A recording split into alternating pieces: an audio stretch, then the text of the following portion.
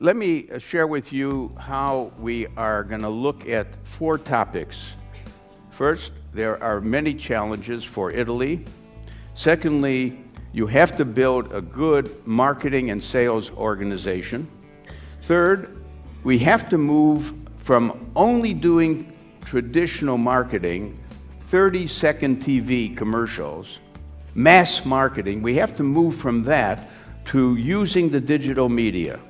We are in a digital age, and I do not want to eliminate 30-second commercials.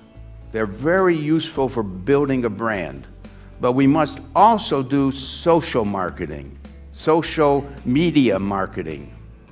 And fourth, I want to talk about Marketing 3.0 and social responsibility. Now, let's start with this idea of the challenges.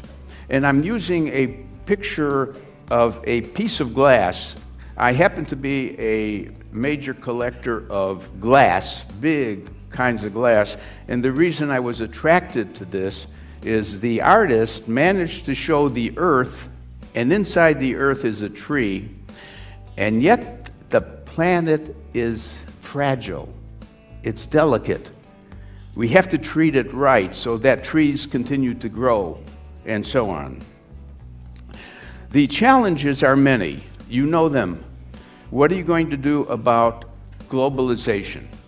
Is Italy sufficiently globalized? Are you a country that just wants to do business with your own businesses in Italy?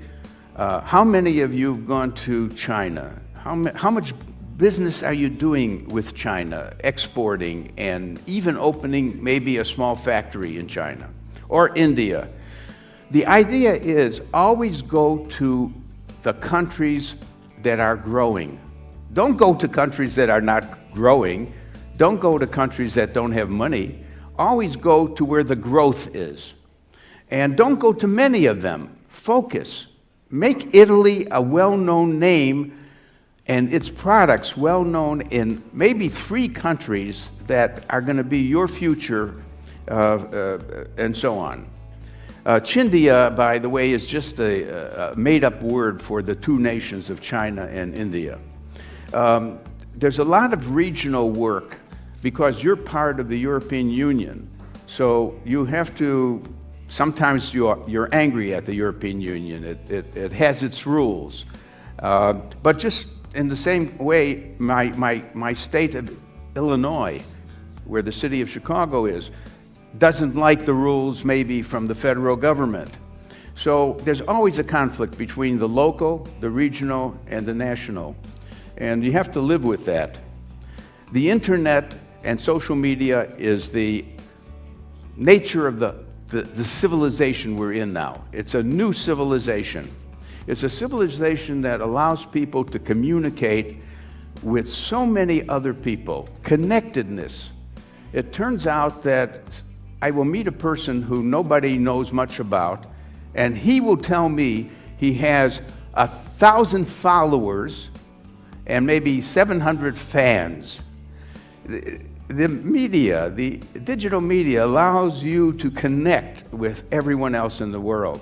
In fact, the smart marketers try to identify who has the biggest network. If I want to reach a lot of people with my product, and I get the person who has a big network to like my product, it goes around the world. If I could get Lady Gaga to say something about my book, the world will hear about it, right? 40 million people. So that's the nature of the new society. But it's one of hyper-competition. You've got to watch your competitors. And it is a case where if you have a successful new product, it's likely to be copied very fast. It's likely that since it's successful, I'll copy it. For example, yesterday and today, I rode in this new car called the Tesla. That is a fantastic car. It can drive itself. The driver can go to sleep. Someone's going to try to compete with that. Someone's going to say it could be Toyota, it could be Nissan, it could be Fiat. So how long does a new product last and remain popular? Much shorter now. Things are copied very fast. Many products seem to be similar. Some markets, it doesn't matter where you buy your salt. The brand doesn't matter for, let's say, some applesauce, if there's 3 brands, or the brand of soap. So how do I make a choice? And my answer is, if I gave you an index, you could look up on the internet, and it said, the Good Company Index. And by good company, I mean a company that pays good wages to its people, and a company that practices sustainability. And you don't know if you should buy the soap from company A or B. Should you buy it from Procter & Gamble or from Unilever? Look up my Good Company Index when it's available. It may say that company A is much better as a citizen than company B. That means that more people buying the soap will buy it from the good company, and the companies not so good have to change. They also have to become good. So I'm trying to popularize the idea that the market itself will take care of bad companies by creating information about what the good companies are. Then you got to be a good company too. Okay. The next point is the retail world is changing.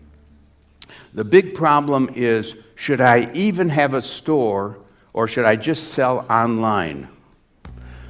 Look what happened to bookstores. Many of them have closed. People can get from Amazon any book right now in 1 minute by downloading a book you want. So many businesses have been destroyed by the digital world. And we have to look at what's the future of shopping centers. Some of them are in trouble now. What about Walmart? Will Walmart take over the world? So we have some retail experts, and they are available to help retailers adjust themselves to the new threats and so on. Media. So much more media than we've ever had before. You've got to be using Facebook. You've got to be using Google. You've got to be using YouTube, LinkedIn, and so on. And then the environment. Is my company hurting the environment or helping the environment? And then recognize the main point is consumers are smarter. They can learn whatever they want to learn about you. They can look up your website. They can see other opinions. There are many polls that rank companies. Let's say if I'm going to buy an automobile, I'm going to look up what other people have said about that automobile on the internet.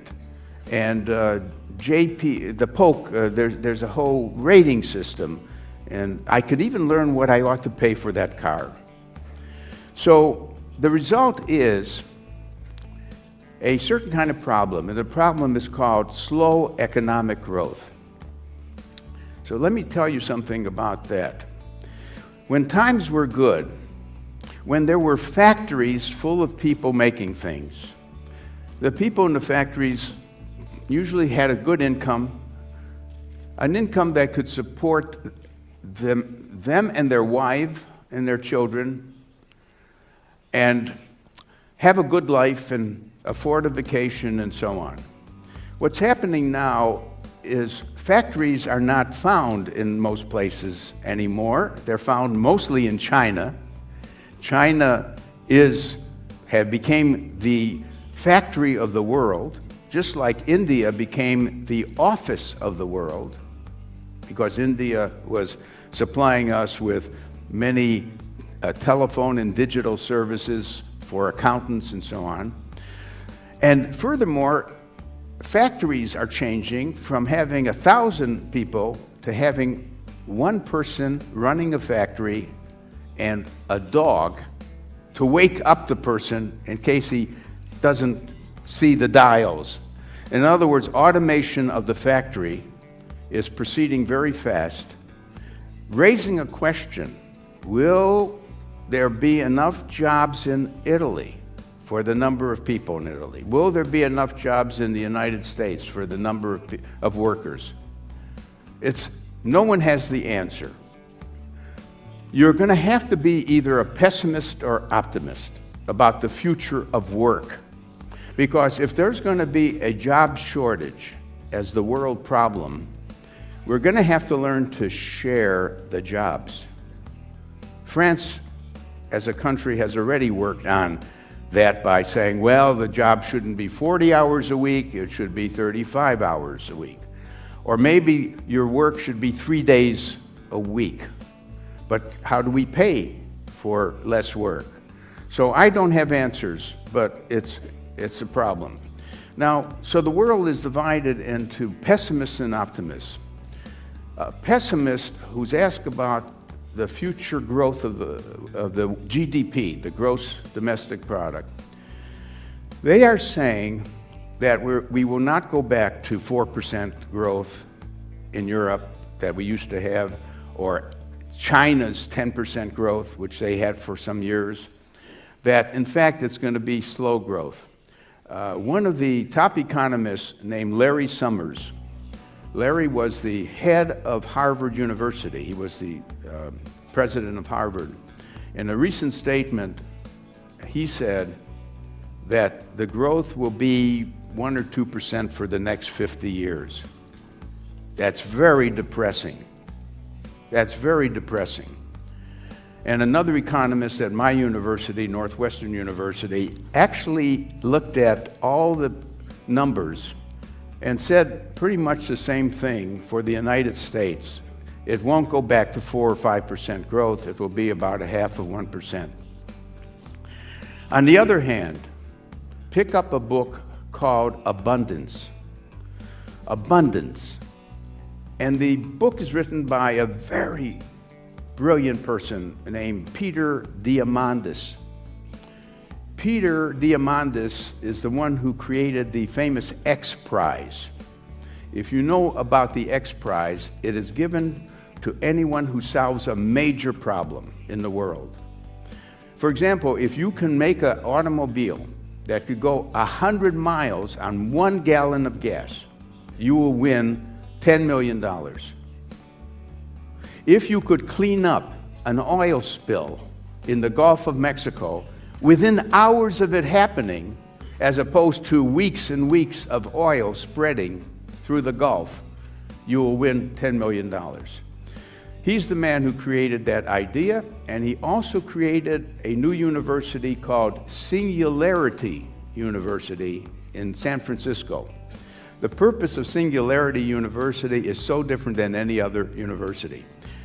You go there for training in nanotechnology, robotics, artificial intelligence, networks and sensors.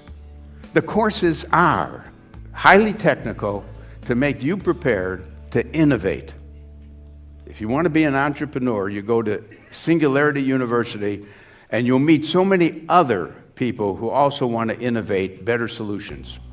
In his book called Abundance, which he just published, he predicts a world where we will end poverty in 20 years. There will be no poverty. Food will be abundant because of the ability to grow the yields. Instead of getting 10 bananas from a tree, you'll get 50 bananas from a tree.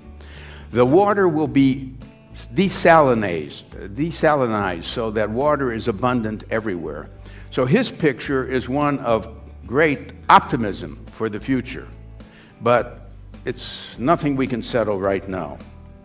So let me continue. Let me look at the following questions. Here's the first one. And if you have a pencil and you come from a company, use this as putting down a number after each of these 9 things. There are 9 items, and give yourself up to 5 points per item. So if you have a 5, a 5, a 5 9 times, you will get a score of 45. So for your company, my first question is your company good at finding new opportunities? Now, the fact is, even two people in your company may disagree. If I were to go into your company, I would look at what opportunities did you discover in the last 5 years? What new things did you do? Second question, are you using marketing research and marketing analytics? And do you have big data? Because we're at a time now where the internet permits us to know much about every person in the world. That's called big data. But just having big data is not enough, because you got to dig through it. You've got to do market analytics so you can learn and get insight from the big data. So how many points do you want to give to your company for number 2? The third, have you innovated anything? Are you pretty good, pretty successful at innovating? What about communication? Do you think your company has a good image, that it's clear and powerful? The brand is well understood or not? Give yourself anywhere from 1 point if there's very poor communication, all the way to 5 points. The next thing, do you run your sales force efficiently? Do you have a sales force? Do you manage the cost of the sales force very carefully? For example, my ideal company in Salesforce management is called Salesforce.com.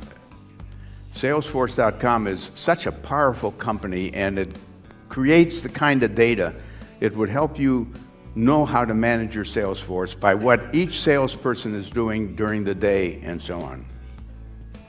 Next, are you running good distribution channels? Have you created any new distribution channels? Remember, in the old days, all you did at a gas station was to get some fuel. Today, the gas station is a money-making store. And the gas doesn't make that much money, it's the store. So how do you find new channels of distribution? Would you say you have a well-thought-out marketing strategy? Would you give your strategy a 5 or a 4 or a 3 or a 2 or a 1? Are you well organized for marketing? Do you have a good CMO, Chief Marketing Officer? Do you have a good, does he or she have good respect from the other officers, from the Chief Financial Officer and the Chief Manufacturing Officer? And then finally, does your company practice some corporate social responsibility and so on? Now, I'm not going to ask you to turn this in. If we had that, sometimes you're in an audience which has a number thing. Everyone has a number, and then we could show how many of you had 45 points, how many had 44. So we're not going to do that. But I would worry if I am you, and your score is like 20 out of 45. That means you better go back to read the books on marketing and so on. Okay. But let's take this and move on. Someone might say, we're an old industry. We are the coffee. We make coffee. There's no opportunity for us in the coffee industry. Well, Starbucks? Starbucks didn't believe there's no opportunity. It's an old product, but they created it as your home. It's your third home. I mean, when your first home is your family, the second is the office, the third is Starbucks. Pleasant. Take your computer there, sit there all day, meet with your friends at Starbucks. Now, what about Zara? You all know you are to be complimented on a company as strong and interesting as Zara, changing its merchandise every 2 weeks, which says to a young lady, if she doesn't buy what she sees now that she likes, it won't be there 2 weeks later. And what about Zappos? Zappos is a firm run by a man called Tony Hsieh. And his job is to produce happiness, not sell shoes. If he's selling shoes, it's to make you happier. But he wants his employees to be happier. He wants his suppliers to be happier. He uses the word happify. He's in the business of happifying, making people happy. And by the way, if you buy a pair of shoes from Tony, and shoes are an old business, what's new is he will give a free pair of shoes to a poor person because you bought shoes from him. This is a new idea, by the way. It's also being practiced by a company that makes eyeglasses. When you buy a pair of eyeglasses from them, some poor person who could not afford having a pair of glasses will get one. Well, I'm going to buy from that company. I'm going to buy from Zappos. So it's a new idea for you to think about. Now, what about new industries? We just proved that old industries could be redone and vitalized. Yes, software, or many young people don't want to work for a big company. They want to create an app or software or a game. And robotics is coming more and more. I am waiting for someone to invent a robot butler. So I say to the butler at home, get me some coffee. He walks and gets coffee for me. I say, clean the living room. He pushes the broom or the vacuum. So Japan is working on that, by the way. Japan has a butler now. It can't do everything, and there's a movie that just came out about a woman that was created. The movie's called Ex Machina. The woman actress is not a real woman, but looks like a real woman. She is basically a robot with all the electronics. So what world of innovation do you want to go into? What about bioengineering? What about 3D printing? What people are saying now is every home that has a Hewlett-Packard printer will also have a 3D printer. And it will be used to make whatever you want to make. It could be a beautiful vessel. It could be a very complicated thing. They say that the auto industry is making its parts using 3D printing. They say that if you're lost on an island, there's two things you want. One is to have your iPhone, if you're lost on an island. The other is to have a 3D printer, because the 3D printer will allow you to make a boat, or to print, so to speak, something that's missing. So it's a world of new opportunities. Are there new opportunities in other countries? Yes. Asia comes to mind first. I must be selling things in Asia. Eventually it will be Africa. Eventually the next big place is when some countries in Africa where the wages are lower, even China will lose factories to places in Africa. So Italy has a history in Africa. Italy, of course, went into Abyssinia. You had a colony in Africa, and so on and so forth. So watch that. Are there new opportunities for companies that could lower the price of something? Yes. Let's look at what Tata did, Mr. Tata. He said, it's a very interesting story in India. He would notice motorcycles with a father driving it, a mother behind him, and children, 5 or 6 family people on one motorcycle, and accidents happening, killing a whole family. And he said, it shouldn't be a motorcycle, it should be a cheap car. Let's make a car for $2,500. And for 8 years, they worked on the Nano car. You could buy one. And the Nano car, I think it's $2,500. It didn't succeed as well as he expected because it's really a covered motorcycle. The problem is people who had $2,500 in India wanted to move up a little more and get a little better car. So the Nano got them excited about owning a car, but there was the next level, and they ended up buying the next level. But look, we used to say at MIT, eventually a computer will only cost $100.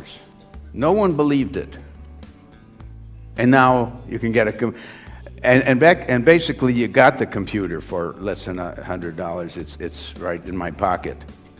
So sneakers for $1. $1, something to wear for your feet. So ask yourself, whatever business you're in, is there a market in driving the price even lower, making it more affordable for more people? And India is the country to watch. India is the one that is smart about how to bring down the cost of normal products. And then there's the luxury market, which is your market. Are there other things you can do at the upper end of the market? And you have the advantage of such a following in greatly designed products made of great leather and fabrics. And you used to have the company Olivetti. Olivetti was a wonderful company at the time. It was one to be proud of because they paid the workers well. They gave them housing. I'm sorry, it didn't move fast enough into computers. It went into computers, but it was not successful in moving from typewriters to computers. But the point I want to make is some of you are making products that should be going after the market that is the rich market. The rich people have so much money. In fact, there's so many new billionaires. You know where they are? China has more billionaires now. India has, Russia has billionaires. They're all going to go Italian. I'm sure they're going to go Italian. That is, you'll sell a lot of products to them and maybe find out what else you could make for them and bring them over here as tourists. And then, are there opportunities in specific sectors? So have you done anything to improve the health sector, the education sector? Look at the gift you gave us in education. Isn't it the Montessori method? It's Montessori from Italy. Yes. My daughters all grew up with Montessori, and it's a fabulous way to get an education as a child. So what else can you do for us in improving education, getting more people? And energy, we're all hoping to find new ways to get good energy, solar and wind and so on. We were told recently, my wife and I, that we should solarize our home, and we'll end up at much lower cost than buying electricity from the public company. And we could even sell extra energy from having a solar roof and the battery coming from this company that there's this famous man, Elon Musk, who created the Tesla car.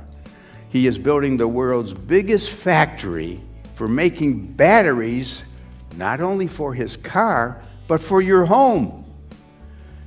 You're going to have a battery at home to supply energy at much less money to you than you are spending now.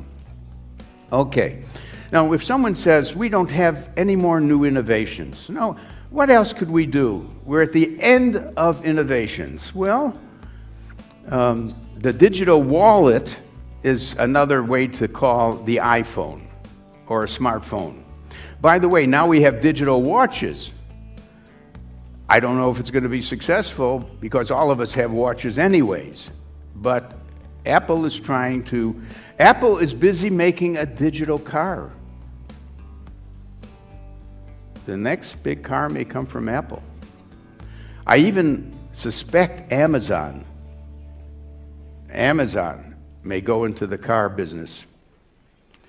Zip cars. Zip cars is the idea of I don't have to own a car. When I need one, I just go and pay for it by the hour. It would mean that in Milan, there are several places where several cars are sitting, and you phone to reserve the car and use it. In New York City, no one wants to own a car. I don't think in Milano, maybe a lot of people may not want to own a car.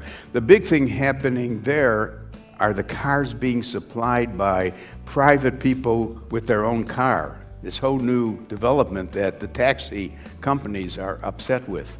Who would think that some people who own their own car will drive you somewhere and you pay them, much less than for a taxi, and some people who have an extra room in their home will rent their room in the home.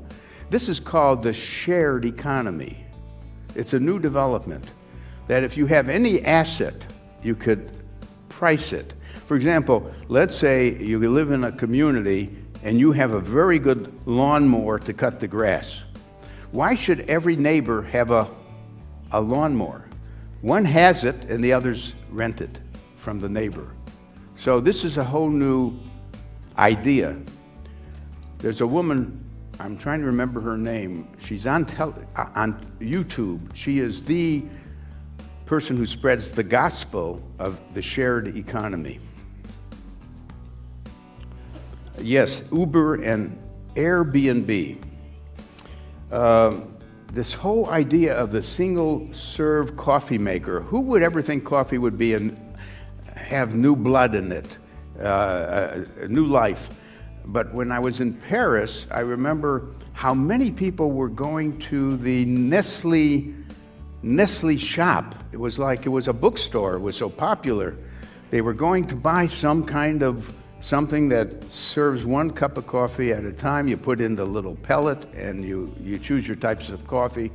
So that's, now Kidzania you've not heard of. You should hear about it. You should look it up. It was created by my former student who was always trying to say, what could we do for kids? Well, there's Disneyland, right? Oh, all the kids want to go to Disneyland. But he had this idea, Disneyland is only fun. Why don't we take our young people seriously and give them an experience that their father is having who's working in an industry? So Kidzania is so exciting. It's now, there's 12 Kidzanias in the world. 2 are in Japan, 1 is in Thailand, 1 is in Mexico, 1 is coming to Chicago. He buys up some land. He puts buildings on the land. There's a ticketing system. And each child is brought by the parent, and the child says what he wants to be. One of them says, I want to be a pilot.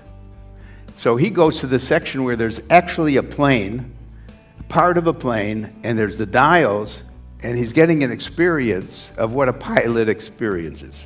Another one says, I'd like to be the mayor of a city. Because Kidzania is a city. Another one says, I'd like to run a supermarket. So there is a supermarket with things to sell in it and shelves. So for the first time, it's fun and it's educational.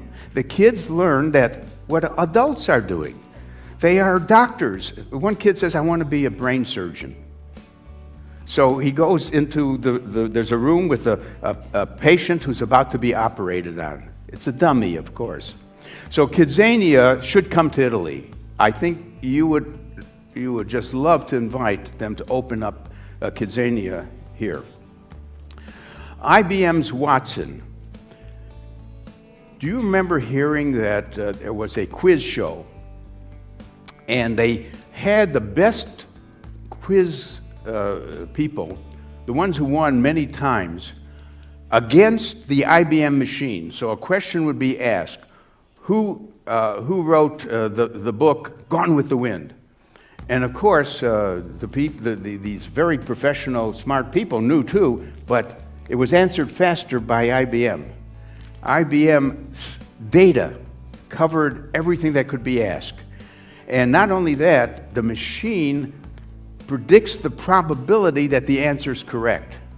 And IBM beat the world's best informed people. And by the way, that happened earlier.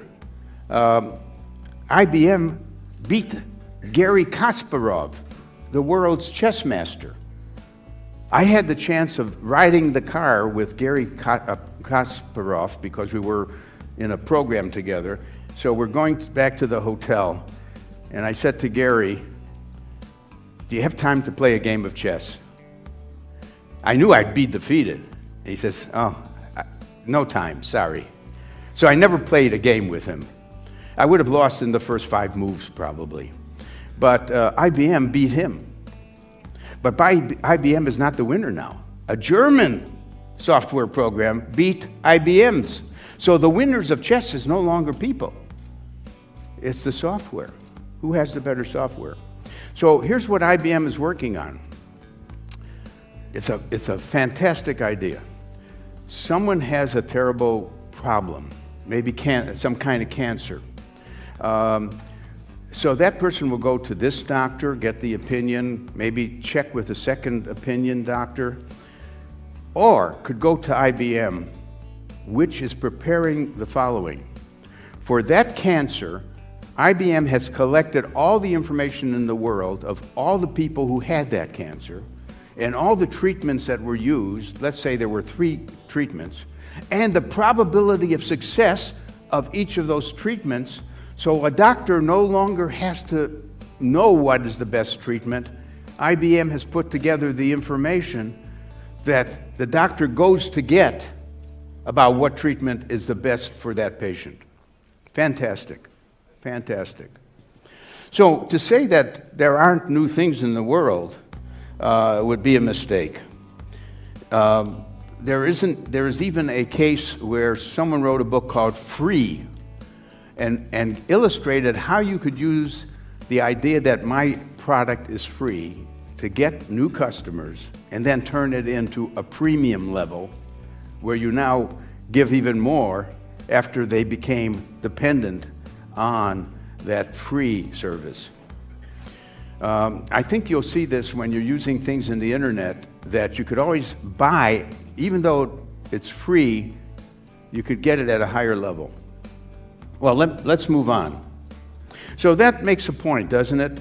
That there's a lot of innovation, but innovations mean disruption.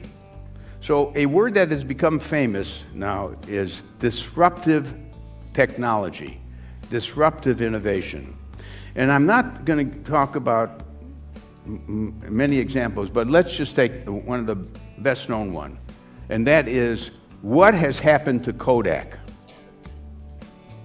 What has happened to Kodak? Kodak is not to be found because they were making film, and along comes the iPhone and other things and digital photography, and nobody needs to buy film anymore.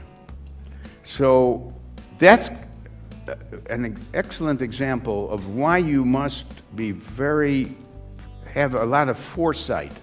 What is happening in the world and how will it make us vulnerable? And those are other examples there that we won't go into. So you need 3 skills. One skill is vulnerability analysis. Every company has to ask, where are we vulnerable? What is coming along in technology that might change our business?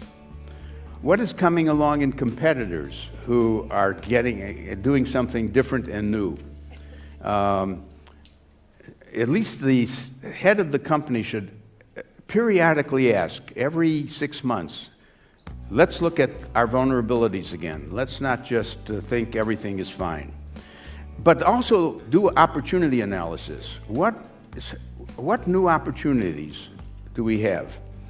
You would make that the responsibility of the marketing person. The marketing CMO is the closest to the market, much closer than manufacturing people and finance people. The marketing person should have a list of new directions in which a company can move. And then you should be skilled at scenario planning. imagining the next 3 or 5 years, what new things are happening, and what scenario would you want to bet on?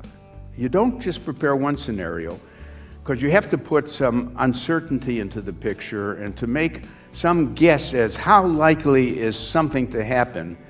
And through scenario analysis, which is used by Shell Oil Company and others, you have a picture of where the world's going and where you should move.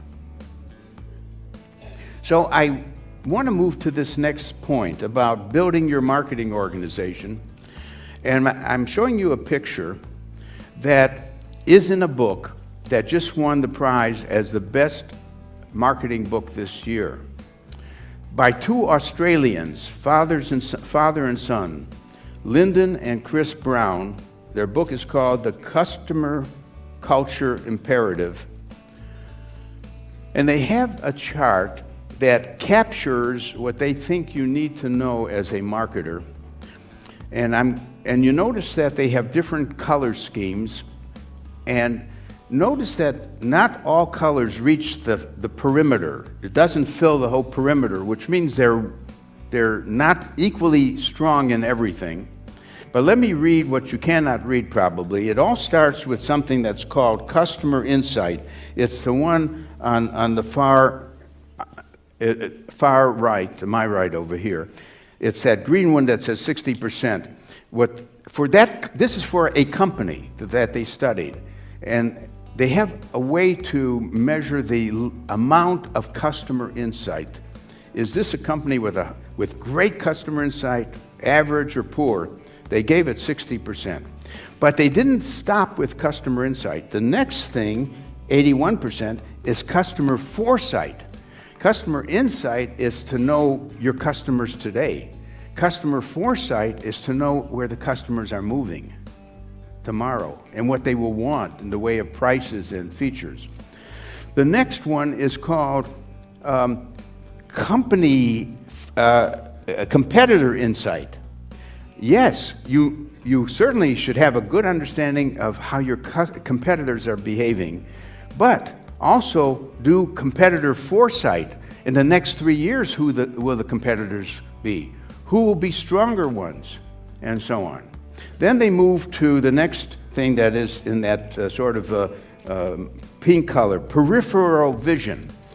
By the way, there's a chapter on each of these. How do you get customer insight? How do you get customer foresight? Competitor insight, competitor foresight.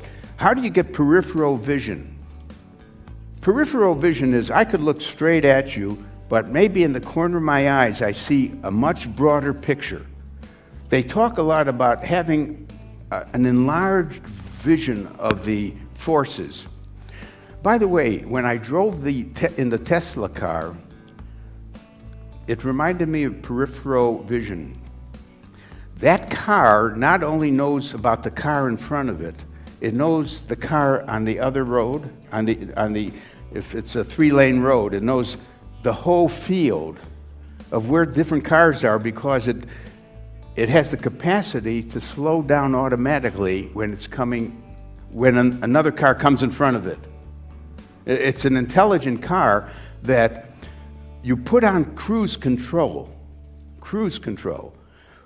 Normally with cruise control, when the car gets in your way, you get off of cruise control. You never have to get off of cruise control because it has peripheral vision about what is surrounding the car in the way of other cars, which is the way you should think about your business. You need peripheral vision. Then collaboration, and finally strategic alignment, where your strategy is taking advantage of the insight and the foresight with the customers and the competitors. So it's just a book that I've been quite impressed with, bringing up to date some notions about customer orientation. Is there a difference between selling and marketing? Yes. Selling is so old, we sold in the Bible times. Marketing is only 110 years old. I use this cartoon. Who was the first salesperson? Well, go ahead. Who do you think was the first person who did sales? Not Eve. Not Eve. Eve convinced Adam, but it was the snake. The snake convinced Eve to give Adam the apple. So we know a lot about selling, but marketing is only 110 years old. The textbooks on marketing. You might even say, why did we need marketing if you know how to sell? Well, you have to organize your sales force to know where the markets are. Your markets, the best ones for you. So marketing started because the sales department needed three things. Salesmen cannot be effective unless they have some information on customers and consumers. So someone has to find the information of where are the companies that are buying things. And finding leads. Oh, there is a certain company that might buy our machine. And then preparing brochures, because if you're going to sell a machine, you need even if you don't buy advertising, you need a little colorful pamphlet that would describe your business. So what happened is, originally there was no marketing, but there were sales forces needing some help, so they would add 3 or 4 people who were not selling, but helping the sales force, including an advertising agency. So eventually, they created a marketing department of these people separate from the sales force. And this is a diagram that I used in an article called Ending the War Between Sales and Marketing. This is a map of just sales. It captures everything you need to know about sales.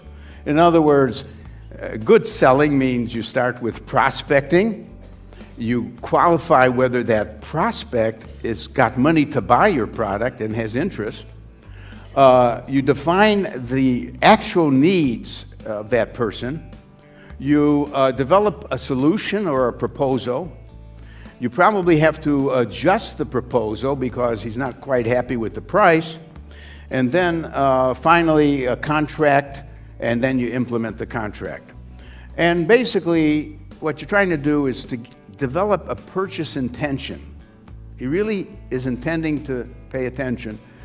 He buys again and again. He gets to be loyal. And the best thing that could happen is he likes you so much he tells everyone else. Don't forget that last step. The last step is called consumer advocacy. Our customer, if you don't have fans, if you just have people who bought your product, but they never talk about you and tell others, it's not good. So, but where's marketing? There's no marketing shown here. That's sales. So marketing is there, but it starts earlier. So in the yellow is the marketing. And what we mean by marketing is, first, it creates customer awareness. We exist as a company. It tells the right people. It creates brand awareness. It creates brand consideration. So after a lot of people know about the brand, we guide their thinking to us as the best brand. And then we really succeed if we build what is called brand preference. If I'm going to drink something, it will be Coca-Cola. If I'm going to have a hamburger, it will be McDonald's. That is brand preference, which is the goal. Now, that's marketing. So marketing lays the plans for building up an appreciation of the market. Now, the question is, sales have to then pick up all those leads and move. And sometimes there's a problem of friction between the yellow and the orange. Friction. One of the frictions is the salesmen say, the advertising money isn't doing much work. My customers don't even know. They never saw your ad, or it's a bad ad. So why are we wasting money on advertising? Why not hire more salespeople? That's logical. If advertising doesn't seem to be working, spend it on salespeople. Or they say, I don't like the quota. I can't sell 100 units a month. That's ridiculous. The price is too high. As a matter of fact, lower the price, and I, as the salesman, could sell more. So there's a lot of friction, and I wrote up this problem in an article called Ending the War Between Marketing and Sales. And that's in the Harvard Business Review. And I won't go over these, but these were 6 ways proposed to bring about more collaboration and harmony between sales and marketing. So let me say that marketing's focus has been changing. Originally, when we got into marketing, we were really just an automobile company trying to sell cars or selling watches. It was the product. Then in the 70s to the 90s, we got into what's called a customer orientation. Everything should start with knowing and choosing your customers. Choose the customers you want and know a lot about them. Then in the next decade, branding as an idea became popular. By the way, some people even think branding is the only thing in marketing. Or you don't even have to talk about marketing, you just have to talk about branding. But frankly, marketing is a much bigger idea than branding. Branding is done for the current picture. You want to have a strong brand, but you need marketing to make sure your company has a strategy of moving along in the right way. In 2010 and thereafter, we got interested in the purpose of a company is to create value for its customers. And value is key. Are you creating real value, better value than your competitors? And not only that, do you have any values? If customers were asked about you and whether you're doing any good for society, can you say, yes, we are? What are your values? What do you care about? Now, I'll tell you, I was in Umbria just at the beginning of my trip to Italy. By the way, I found Umbria to be wonderful. It's sort of not as popular as, other places, Florence and Venice and so on, but so many nice places in Umbria. And I got a letter, and I'm in Umbria for 3 days to do some work with some people. And it comes from Oslo, a letter from Oslo. Dr. Kotler, could you come to us May 6th? We have a huge conference on business and society. After all, we are the place that the Peace Prize is given. Mr. Obama, who got the Peace Prize, got it in the City Hall of Oslo. All the other Nobel Prizes are given in Stockholm, except one. Norway is the place for the Peace Prize. And they were running this conference about business and sustainability, business and society, business and peace. And they were going to have 160 top CEOs there, including the Unilever CEO, who's a wonderful one, Mr. Paul Polman. Dr. Kotler, could you give the main speech about how companies are moving toward more business responsibility? So I agreed. I said, but I'm in Perugia. How do I get to Oslo? And I have to be back in Perugia for the next day's program. So they said they'll send a private plane. So they sent a Citation that had 2 pilots, 1 bathroom, and 4 seats. So I tell the man who I'm supposed to work for all that day of May 6th, can I go to Oslo and change your program? He says, I will change my program if you take me too. His name is Albert Massoni. I don't know if Albert, you're here. But in any case, he said, I'll come. And then he says, we have a famous marketing woman professor. Could she come too? So we had a wonderful plane ride of 3 hours from Perugia direct to Oslo, met all these CEOs, gave my speech, got on the plane again, go back to Perugia. But the main point is values. Values. Companies should have values. Companies should have a purpose. As a matter of fact, any company that started, I say, what's your purpose? If they say, I want to make money, I said, forget about it. Go to someone else. I want you to make money, but if that's all you're busy doing, it doesn't impress me. What are you creating that's worthwhile for people? Okay, I think we're moving into more use of co-creation, working with others to co-create solutions. Do you know, and crowdsourcing, it was Fiat that decided to make a new car through crowdsourcing by asking the world what they want in a nice, small, new car.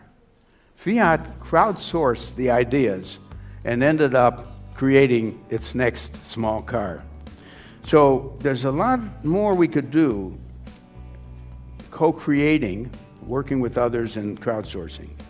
And I think corporate social responsibility is going to grow. If I end up with an index on good companies, no company can remain bad without changing. So the view customers had of marketing, it's all about transactions. It's buying and selling. Then it moved to the idea that marketing is about building relations with individual customers to sort of get them to be loyal. And the idea has become, please engage your customers, involve them, and build a customer community. Build a customer community. You know, Tesco is the name of the top British supermarket company. Do you know what Tesco does at night sometimes? They open up the store to the Tesco customers who like wine, and they have a big wine program, no charge. They have the names, they know who buys and likes wine because you could see it in their basket.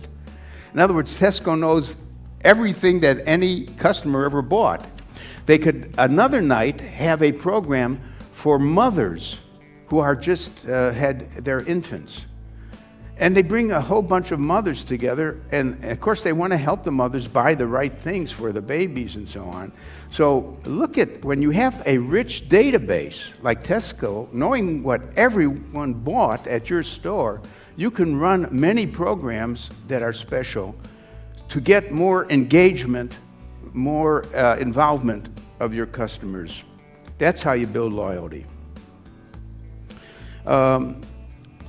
Lots of new things in marketing. Ethnographic marketing. Ethnographic. Do you know there's a man named Underwood? He sits in the shopping centers and he watches where people go. And he even watches how they enter a store and how much time they spend in front of every shoe or every item of clothing. Ethnography is like, it's basically like you're studying a tribe. We're tribal people going to a tribal institution called the supermarket or the shopping center. So Underwood has lots of information. Second thing is neural scanning. We are now testing ideas for a campaign. Let's say I have my campaign, but I don't know if I should use actor A or actor B talking about the product. So you put on a person's head a scanner, and it's going to scan their brain waves.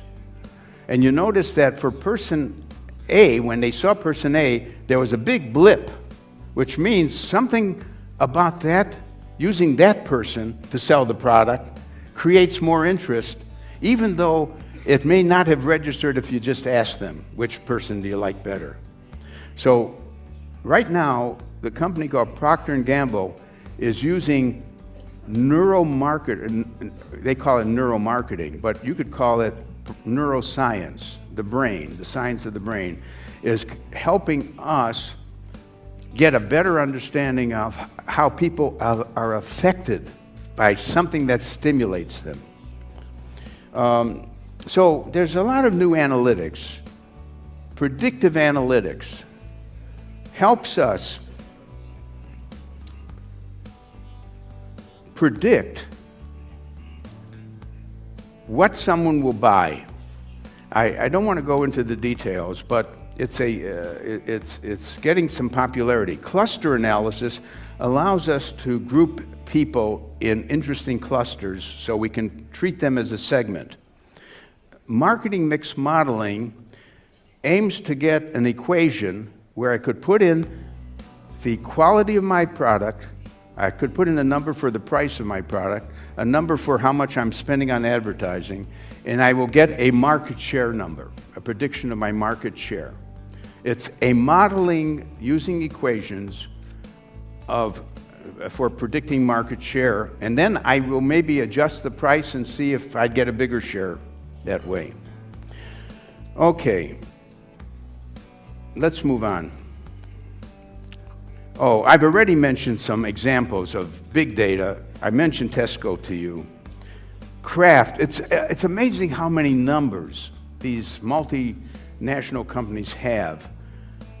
I don't know, since Italian companies are more on the small and medium-sized level, you may say this part of marketing is something you're not going to want to spend a lot of money on because it's expensive. Although, if you're a manufacturer of some luxury items, let's say I'm wearing a suit from Zegna. This is a Zegna suit. I'm very happy with them. They should know that I bought it X years ago and to write me just about now because it's time to buy the next suit. So that's what I mean about keeping a database of your customers. If you sold me something like a computer 3 years ago, maybe so much has happened in 3 years that I'm ready to buy a better computer, but you should know that you sold me one 3 years ago. And there's a whole process of big data analysis, so we won't do more with that. By the way, today you could buy the names of people at a price. Let's say you want to find out people who are nearsighted. Not farsighted, but nearsighted. It will cost you 10 cents a name. You want to find out people who are who have been smoking cigarettes for 10 or more years. Cost you 12 cents. You want to find out the names of people who, like me, do not have hair. Because you want to try to tell them you can cure that. You can grow hair, there's a whole industry. We call it's a data broker industry. So I would receive a letter from a data broker. Hi, I hope you are doing fine. I'm checking in to see if you are looking for marketing and data partners and suppliers. We are providing B2B and B2C lists with email addresses. Today, data is available for purchase. You don't have to be, actually, if you collected great data, you could sell it to someone else. Suppose you have great data on rich customers who like to buy jewelry. Why not sell it to some others who need the names of customers who buy a lot of jewelry? Now, within the marketing organization, and when you're a really large company, it could be like Fiat or Pirelli or so on, you could have a lot of job positions. You could, all the way from a CMO, brand managers, category managers, market segment managers, distribution channel managers, pricing managers. So look, the world of marketing could be quite complex for bigger companies. I'm not recommending it necessarily, but you have to choose the jobs that need specialization. What determines the quality of a company's marketing? My first answer is, it is not the CMO, it is the CEO. The head of the company will make the difference as to whether marketing is important to him, well done, and so on. For example, I distinguish 4 types of CEOs. There's the CEO who I call the 1P CEO. The only reason he wants marketing is to get some advertising. 1P. He doesn't even think product, price, place, promotion. He only thinks promotion. Get me someone who can do some advertising. I think that's I wouldn't want to work for that person. That person has such a narrow view of what marketing can do for his firm. The second is the 4P. Yes, I want someone who could manage my products, my plate, my promotions, my channels, my prices. Better than that, I'd rather work for the third person, who's the CEO, says, who are our customers? Which segments of customers do we want? Do we want older people, younger people? Do we want rich people, poorer people? What segments? What targeting? What positioning? We call that STP, segmenting, targeting, and positioning. And then you bring in the 4Ps. You bring in the 4Ps after you've decided your segments, your targets, and your positioning. And then there's one kind of CEO, he's the head of Procter & Gamble. He says, ME, marketing is everything. It's not even like the others. He says, every company ought to be run by marketing. Not necessarily by a marketing person, but marketing. It's all about customers. It's about, we're in a world which creates so much product, we have to have someone good at selling product. So that's what determines the quality of your marketing. See, what happens is when a father runs a company and he grew up with the old mass marketing, and it's an Italian company, and his son went and got an MBA. And technically, the son should take over. First of all, the son has become digital, or daughter, son or daughter becomes digital.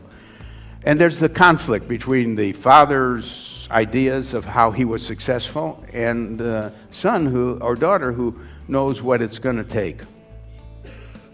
Okay, I could easily tell you what the CMO does, why you should have a CMO. I'm just going to read this very briefly. You could take a picture of it if you want. If I'm not, I'm blocking the picture of it, unfortunately, for some of you. Someone to represent what the customers want and think of your company. Someone who will tell us where the customers are moving, how are they changing. Someone who would protect the brand and make the brand stronger. Someone who would upgrade the marketing technology. By that I mean cluster analysis, predictive analysis, factor analysis. Someone who would bring insight into your portfolio of products. Do you have too many products? Are some of them to be dropped? Are there some products you should have that you don't have yet? And finally, someone, and this is our dream, who can measure the return on marketing investment. ROMI, return on marketing investment. See, because the chief financial officer of the company keeps saying, we're wasting our money on marketing. We don't know what it's doing for us. Your answer is, we'll measure it. We will show you why putting some effort on Facebook has actually increased our sales and our profits. That YouTube ad, that YouTube thing we put together was very profitable. So we do want, by the way, this is the latest thing I ever heard, that a company in the United States fired its chief marketing officer and replaced him by who? The chief financial officer. Wow. You mean a financial guy could do better marketing than the marketing guy? Well, at least the financial guy's going to measure, right? He has to measure. That's why I urge all marketers to learn finance. Please, you're in the business to make money, among other things, so you better be good at thinking about asset turnover and the cost of money and what is your return on your money. So the CMO has a busy job. However, he should only spend 50% of the time doing marketing. He should spend the other 50% working with the chief finance officer, working with the chief manufacturing people, working with the personnel people, because he or she should form a good role in the organization and so on. I sometimes use this illustration. I say, I'm appointing you as a new marketing chief. You're the new marketing chief. Where would you like your office to be? I could put your office right next to the president of the company. Would you like your office to be next to him? Which means every day you're going to see him. He's going to be watching you. Or would you want to be next to the chief financial officer? Or would you like to be next to the chief technology officer?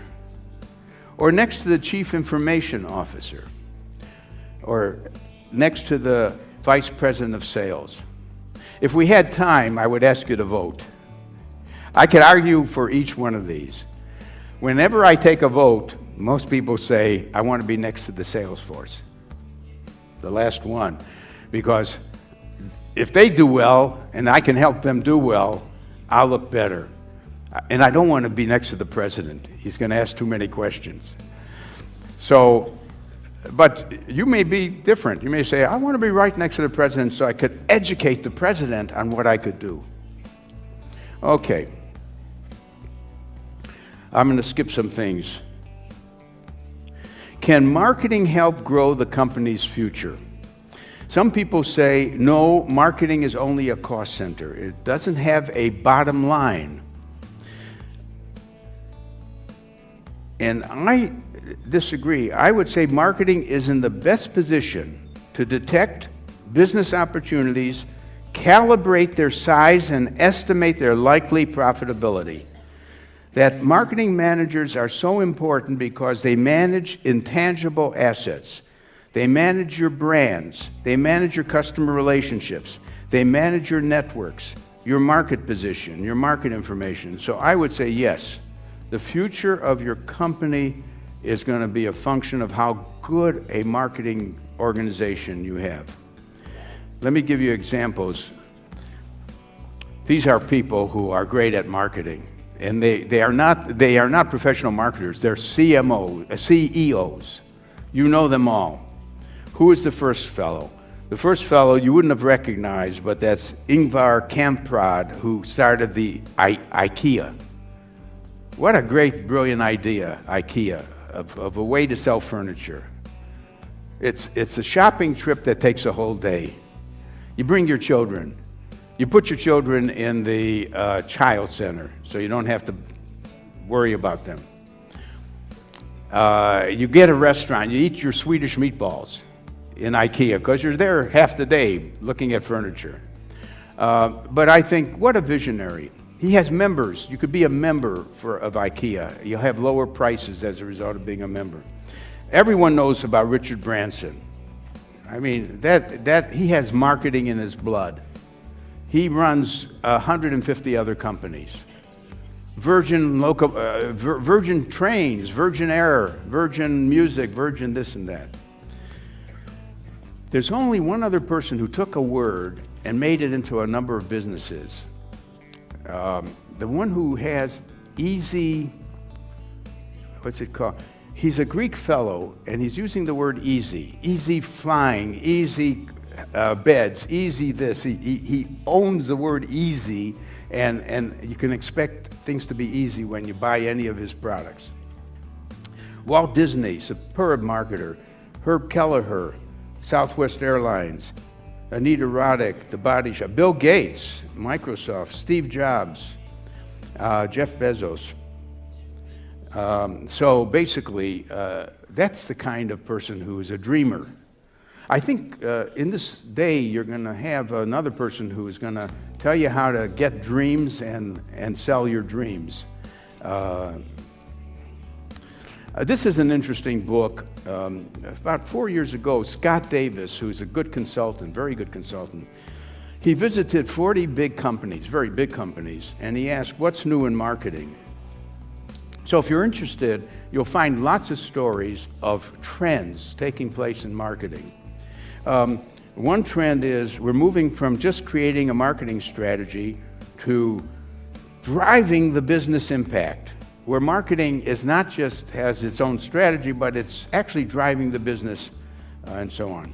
Second, from just controlling the message to galvanizing the network so more people are talking about us and not just You know, it's a new world with digital.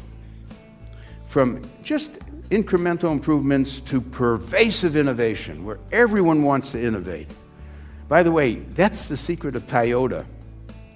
Everyone at Toyota will be thinking all the time, is it necessary for me to do this or that, to make this component or not? Because at Toyota, they don't lose their job when they show they're not needed in that job. They're put in another job. They all want to keep. By the way, the other company that is pervasive innovation is Samsung. The Korean company Samsung has hurt Sony terribly. The Koreans were occupied by the Japanese, right? And guess what? They became more Japanese than the Japanese. They are more Japanese than the Japanese. And think of their company LG. Think of their company Hyundai, the auto company. Think of Kia. So Samsung has got the bug of pervasive innovation. Fourth shift, from managing marketing investments to inspiring marketing excellence. And the fifth, from operational focus to a deep customer focus. So basically, what I'm saying is the book is full of stories he found by talking to about 40 companies about what was new. The average company doesn't last long, by the way. Sad fact. Maybe, especially some new restaurants, they become maybe popular and then we're worn out, we go to some other new popular one. All kinds of reasons why companies often fail. By the way, in Italy, it may be partly because the company is run in a way to maximize short-term profit. So you pay yourself back in dividends. You take the money out. You don't do R&D. You don't want to grow the company to last forever. Problem, it could be a cultural problem. So, yet there are some companies that have lasted so many years. What is their magic? By the way, the oldest organization in the world is the Catholic Church. 2,000 years of being in business. So there's something there, but my own feeling, I am not Catholic, but my own feeling is they need to adjust. And they have the best pope they've ever had in Francis. He's aware, he's so smart, that it has to adjust to the new trends and so on. So what are the secrets of these long-lasting companies? By the way, among them are DuPont, W.R. Grace, P&G, Mitsui, Sumitomo, Siemens. They have been around over hundreds of years. Here's what was found in a book you might want to read called Living Companies. It was done by the man, Ari de Goos. He worked for Shell. He was the strategic planner.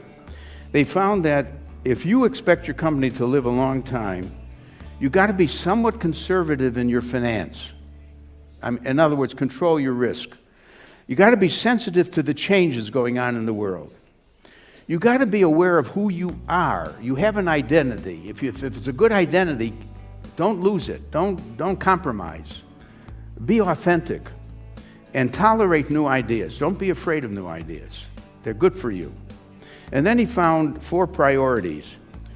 These long-lasting companies, they value people, the people who work for them, more than the assets. Yes, it's nice to have a factory, but I value the people more. They steer and control. In other words, they steer into new ways, but they also exercise control. They are organized to learn. They're lifelong learning organizations. And they want to have a good impact on the community, shaping good communities. That's the nature of those companies that were listed. By the way, I got to see what my time is here, 11:36. Well, we'll find out, but I want to share a few more things with you. This is a wonderful way to see how a brand is built. This is the story of Starbucks. Starbucks builds its brand at a number of levels. You could use this for your own branding. The first is, what is your brand mantra? Essentially, what Starbucks says, we are delivering a rich, rewarding coffee? No, coffee experience. You see the difference? It's what we call experiential marketing. It's not just coffee, that's a product. It's the experience of coffee. Now, once you agree that that's what it is, you're going to be like certain other companies who are competitors and different. See, you're going to be like other companies because you're going to fairly price, you're going to be responsible and involved, but you're going to be different. You're going to have fresher coffee. It's going to be more types of coffee. It's going to be very good service. In other words, there's always has to be points of parity where you're equal to your competitors and points of differentiation. Now, once you establish points of difference, we call these pods, P-O-D-S, pods. How do you prove that you are different and better? So the next circle says, look, we use triple filtrated water. We give stock options to our employees so that they in themselves could be owners of Starbucks. We give 24-hour training before they get on the job. We're very integrated. So they have the evidence that they're different and better, not just claiming that they're different and better. And finally, they say they have a set of values and a personality and character. And they have a visual identity. They have a picture of a siren, earth colors. So when you build your brand, what's your mantra? How are you different than your competitors? I hope you have some differences. What is the evidence that your differences are not just claimed, but true? And what did you add in the way of personality and character to your business? By the way, I've been talking about consumer examples, but I've been very close to B2B, business to business. Most of the world is B2B. Most of the world is businesses selling other things to businesses. So I wrote a book called B2B Branding, because businesses selling to other businesses, they didn't work hard enough on the idea of being a brand. Well, Ericsson is a brand, of course. Siemens is a brand. Yes, some of them do it. As a matter of fact, listed here are the companies I selected as the best ones doing good branding, even though they're a B2B company. One of the best, by the way, is DuPont and Michelin. By the way, would we put Pirelli down here? Maybe. I'm sure my book had something about Pirelli. I can't remember what I said. But these are the star B2B businesses that do good branding. So you could read, if you're B2B, you could read chapters on how these companies operate. Another book was related to that, B2B, but it has to do with the problem called ingredients. For example, what is an ingredient? Let me show you what I mean. I don't sell clothing. I use Gore-Tex. Gore-Tex is the material. When I make a fine all-weather jacket, I use Gore-Tex. Now, if you don't say Gore-Tex, people don't know that it's better than the other materials. Another example would be carpets. Not only do I make carpets, but I use Stainmaster. So if someone drops some coffee on the carpet, they can clean it off very easily. Stainmaster becomes an ingredient which you don't see in the carpet, but it's there. Not only do I sell you diet drinks, but I'm using NutraSweet. Now, NutraSweet is one of those things you don't know necessarily about, but it is giving you sweetness without the sugar. Cooking utensils, Teflon, bicycle gears, Shimano making very good gears for bicycles, Dolby for sound systems, and one of the best examples is Intel inside. See, Intel, the chip inside your computer is not normally known. You would never have known that Did any of you ever buy a computer and open it up to see if there really is an Intel chip inside? You have trust, don't you, that it's inside? Because they spend a lot of money convincing the computer companies to use their Intel chip because it would be cheaper not to use the Intel chip. But we're all caught up in this. See, you could take a commodity that no one knows about and make it into a branded product.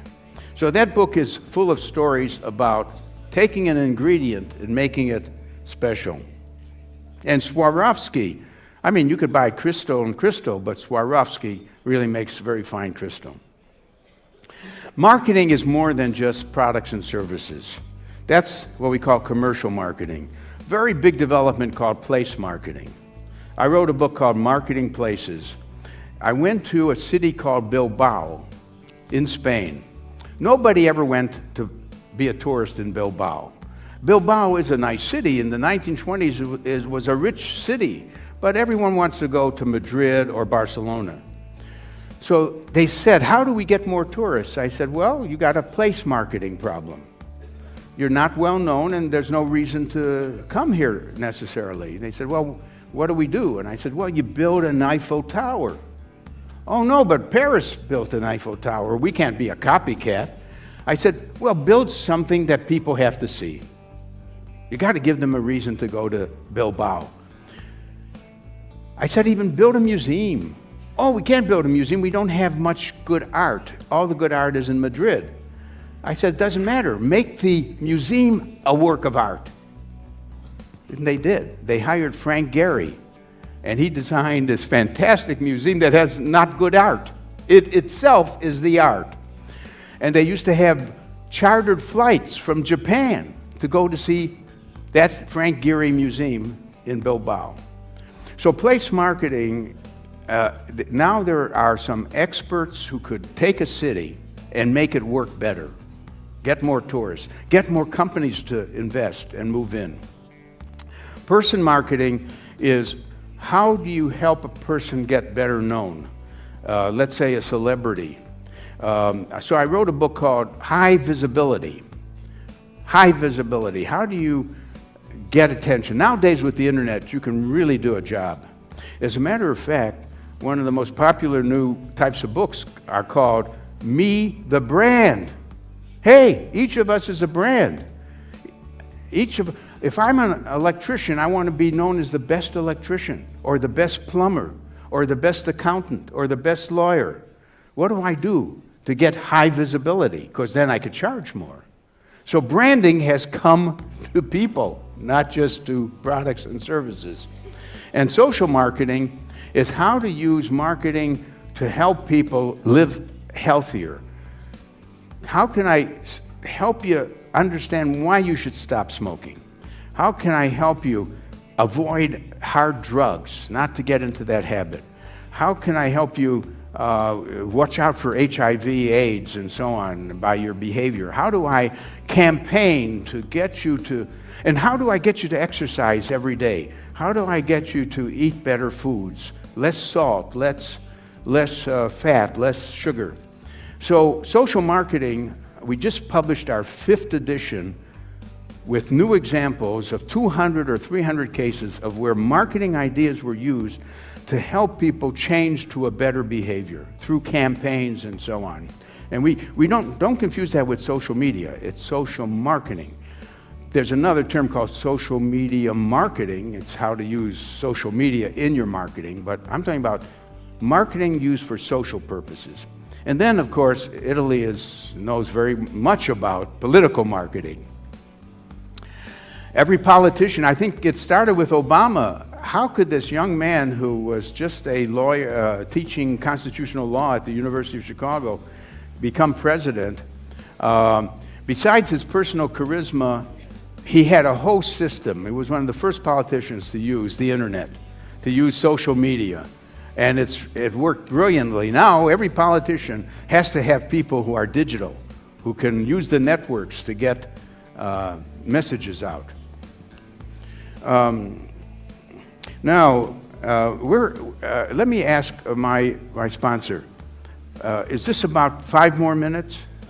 5, yeah, because there's more. I could be here all day. By the way, when I used to come to Italy, it was a full day of my talking. At the end, I'd have no voice. On digital, what's this about? First, I list on the left traditional media. All of you should be using that. On the right, I list the new media. What I'm saying, do not give up the traditional. It has a function. It's good for brand building, brand awareness, big ads and all that. But start giving some of your advertising money, let's say 10%, to some millennials who you've hired and say, here, go on Facebook, do something, look around, you know the media. Tell us what we could try to do with 10% budget. If it performs very well, I'll give you more money. How about, you did very well, here's 20% of our budget. So the question is, you don't say anything like, I should only spend X% for digital. Instead, you experiment. If it works, you give it more. My prediction is, digital will be 50% of the budget in about 3 to 5 years. That the work you're going to do in communicating, will be done by 50% digital work and 50% traditional. By the way, they interact. Every time you see an ad or hear it, it may say, for more information, go to www. So it interacts very much. Oh, by the way, this is just a sad picture about a lot of industries that have been destroyed by digital. But let's move on.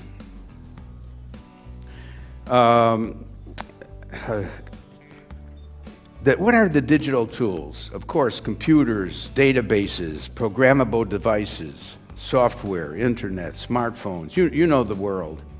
There have been studies that companies are pretty slow to adapting to digital. In 2013, 76% said marketing has changed. Oh, that was good news. Marketing has changed more in the last 2 years than in the last 50 because of digital. Only 9% strongly agree, I know that our digital marketing is working. At that time in 2013, they were doing digital, but they weren't sure it was working.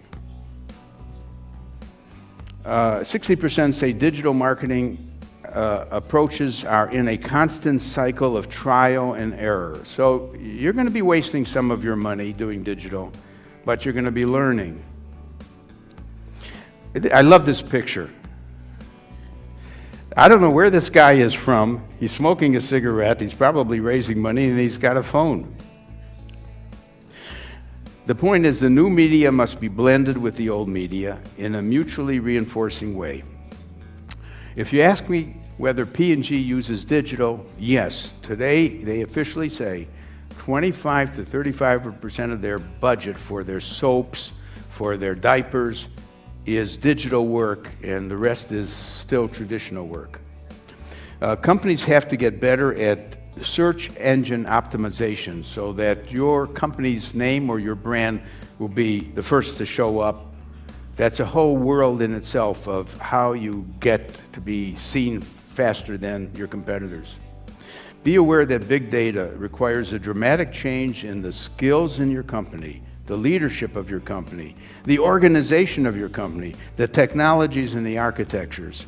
So to go digital is not just to have some people doing digital work. It's really calling for a reorganization. Because the power is shifting to the customers. Customers are buying things by looking them up on the internet. You don't buy a car without going on the internet to find out a lot about the car and what other people say. In Asia in particular, the consumers are on their iPhones and their other things all the time. In fact, if my wife is an example, she does not go into stores anymore. She never goes into stores. Every day packages arrive. Everything is ordered online. About 20% of the packages are returned. We pay a little for the mail. She is that new shopper who doesn't see any advantage to going into a store. Now, other people want to go in and touch the fabric and so on. Even then, the big problem of stores is people go in to see the merchandise, then they go online to buy. So the store is changing into an advertising media. If you're selling electronics, no one's buying in the store. It shows the electronics, but you go home and order it. So it's a problem for stores. Marketers are underprepared for the new age. That is, the people who ran marketing have to go into a learning training. Do you know that CEOs in some companies are giving an hour a week with a young man or woman in the company being told what digital is? The CEO wants to know more about it, and he sits at the feet of a digital person to learn what's involved.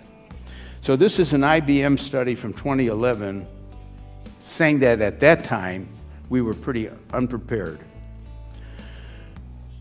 And that CMOs have to become more financially minded. I made that point to you. So to increase your digital activities, there's a lot of things to do.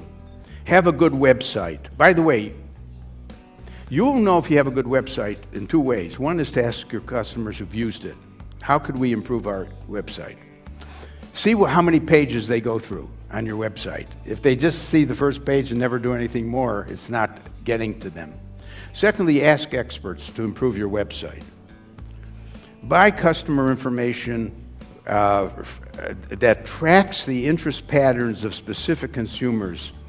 You know, you could find out from Facebook a lot about what people are buying and moving and get interested in. One of the things you want to know is, are you talked about on the internet? Does anyone talk about your company? I guess if no one talks about your company, that's okay. It's better than if they were saying bad things. Normally, if you're talked about a lot, if you find some things that are coming up that are bad, you better correct that very quickly. Lots of other things here. So basically, we got a process here. We got to plan, we got to manage, we got to execute, we got to measure. And the interesting thing is in the next slide. In the old days, the only time you would buy help from an outside firm was to buy your marketing research from an outside research firm, or you would buy your advertising from an advertising agency. Today, I can distinguish 9 other things you might buy. You may want to buy database management and warehousing capability. In other words, NCR, Oracle, IBM, all of them will compete for your wish to get a good database going. Or you may want better business intelligence and analytics. Here's a bunch of firms that say, hey, I could help you know more about your competitors in an honest way, but I have skills. 3, marketing mix. I could build a model of your market and how, if you change the prices, it will predict your market share. Or campaign management, or other things, all the way to that last one. Maybe you should do what the airlines do. The airlines look at how many seats were sold on the plane that's going to leave 3 days from now. If there aren't that many seats that they sold, they will tell the travel agents that there's a lower price for selling seats on that plane, automatically. And if they, on the other hand, if they have sold almost all the seats, the rule says raise the price on the next remaining seats because someone will need a seat and you can charge more. So pricing, it's called yield-based pricing, has been turned over to automation. So what I'm saying is today, the big complaint I get from CMOs is every day I get 10 companies calling me trying to sell me something. There are so many specialists to help with your marketing. I should listen to the right ones, but I don't want to spend my time. By the way, what's worse is that sales people are finding it harder to get to see the customer. Many customers say, I can know so much about your business without seeing you. I just go on the internet and I learn about you in so many ways. I don't need to even give you 15 minutes. So we're wondering what's the future of the sales force if people are so well informed without a salesman visiting them. And so the corporate social, this is another piece of glass I collect, by the way, but I like this piece because it shows that the earth is delicately balanced, very near to falling off if it isn't careful. We got to, the new 3 Ps are people, planet, and profits. A company should be paying attention to people, rewarding them well, the planet, sustainability, and profits. And that makes up another P called performance. You're performing if you pay attention. So this is about capitalism, but look at Paul Pullman's statement. He heads Unilever. He says, we ask him, what's your ambition? He says, our ambitions are to double our business. When? You mean in the next year? No. In the next 5 years, double our business. But to do that while reducing our environmental impact and footprint, it has to be done via more responsible consumption. We all admire this man. Yes, he wants to grow his business, but he wants to do it in the right way. Do you know what he wants to do? He wants to measure Unilever's footprint, carbon footprint, and reduce that carbon footprint. Because eventually we may put a tax on companies higher where there's more carbon damage, more carbon being released in the air, more methane, more bad things. So that's the kind of management we want.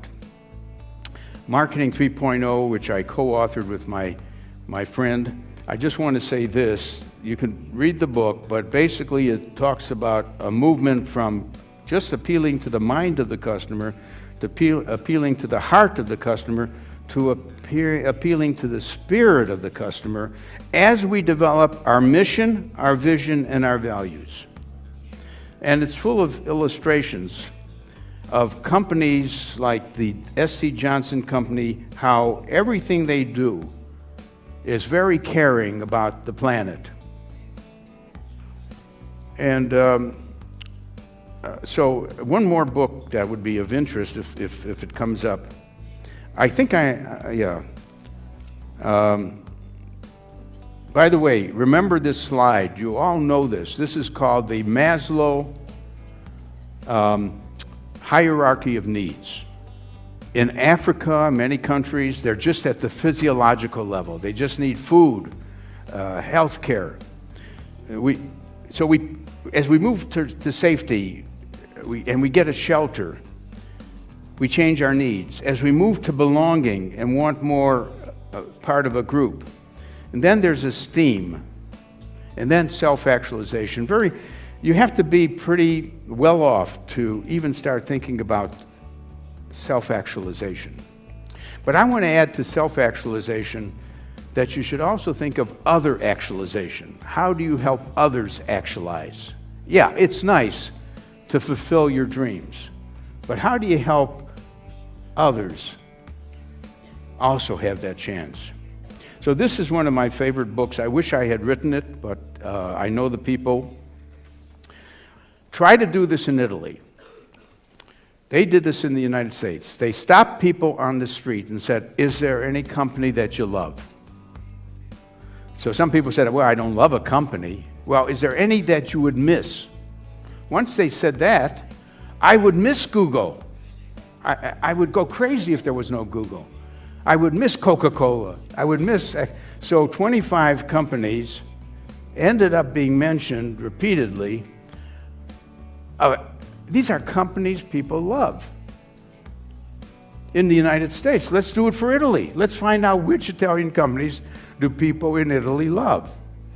But here's what they did with this. They found out that all of these firms were highly profitable. They outperformed their competitors. they had happier employees and customers, more innovation, more profitable suppliers, and they were more environmentally involved. What more can you ask for from a company that succeeds this way? So what they did, and this is my last statement to you, they wanted to see what is common to all 25 companies. These are companies that don't focus on the shareholders, but on the stakeholders. Not just to make money for some owner, but to make well-being for the people who are partners, stakeholders. 2, their executive salaries, even the CEOs in these companies don't get paid those outrageous amounts where the fellow who runs the Oracle company takes home $90 million a year. 90 million, that's about 1,000 times more than the average worker. You know, the average CEO used to get maybe 20 to 40 times what the average worker gets. And in the United States now it's something like 300 to 500 times. So these are companies that don't go crazy. The next thing is they operate an open door policy. You can talk to the boss when you want to. You can send him an email. You can tell the boss that you're worried about some part of the product line or something. You don't have to go to your supervisor. The worst thing is when you say, I have an idea for the company and I'm going to give it to the president. And he says, no, don't do that. Maybe it's going to be a bad idea. Don't take your time. Don't waste your time. So the good ideas don't go to the top. In these companies, you can reach the CEO with an idea. The employee compensation and benefits are high in these companies, just like Starbucks. Employee training is longer and their employee turnover is lower. They hire people who care about customers and people. You want to work with people who care about people. There are some people who don't care about anyone else. So these companies are careful there. They think suppliers are important. Really get good suppliers and suppliers who want to improve their own business and in the process will reduce your costs. They believe that their corporate culture is their greatest asset. It's a company that says, we have a very good culture. People are happy at our company. This is the last one, and this is going to be really stimulating to you. Their marketing budget is lower in these companies than their competitors. The competitors, not being as good as these companies, spend more on marketing to try to make a name, when in fact, they don't have to spend much because who is doing the advertising? Their customers. You understand, they've turned their customers into their advertisers. Sure, I work for Pirelli or something, I'm happy with that company, and So basically, read that book, Firms of Endearment. Companies people find dear. And they have a lot in common. Love to see it done for Italy. It'll be interesting to find what companies we love in Italy. That's it. Thank you very much for being with me.